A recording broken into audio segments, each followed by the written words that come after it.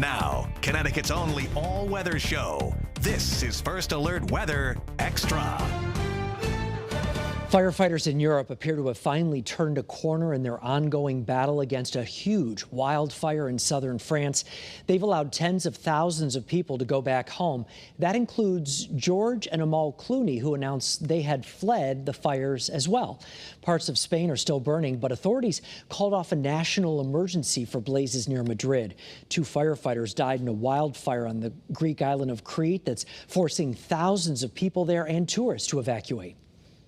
It was frightening, yes. We could see the flames in the hills above the village, and the police and the firefighters were just telling everybody to leave straight away. Now, Europe is warming faster than anywhere else in the world, with temperatures rising at more than twice the global average. That according to the European Union's climate experts.